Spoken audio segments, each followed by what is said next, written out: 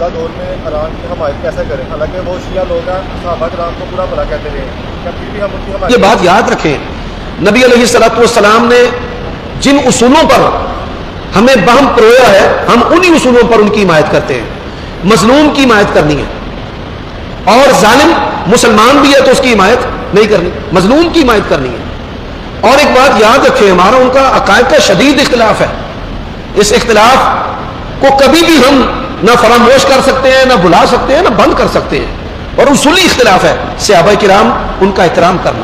بات سمجھ آئی؟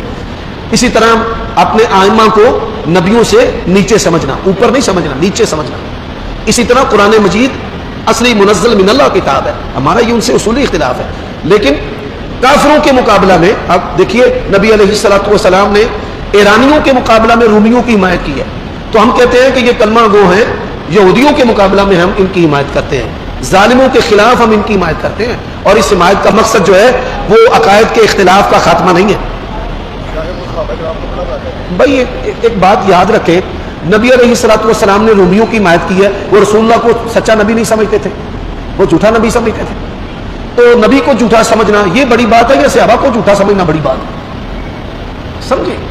اب آپ دیکھیں، اس وقت کئی مسلمان ہیں جو یہودیوں کے ساتھ کھڑے ہیں، بدبختی ہے ان کی، بد نصیبی ہے۔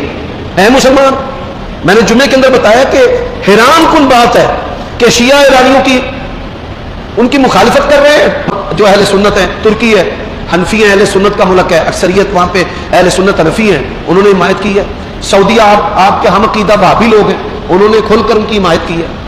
مصر نے حمایت کی ہے۔ تو یہ جو چیزیں ہیں کہ اہل سنت جو حکومتی سطح پر ہیں، انہوں نے بھی حمایت کی ہے، عوامی سطح پر بھی حمایت کی ہے، اور شیعہ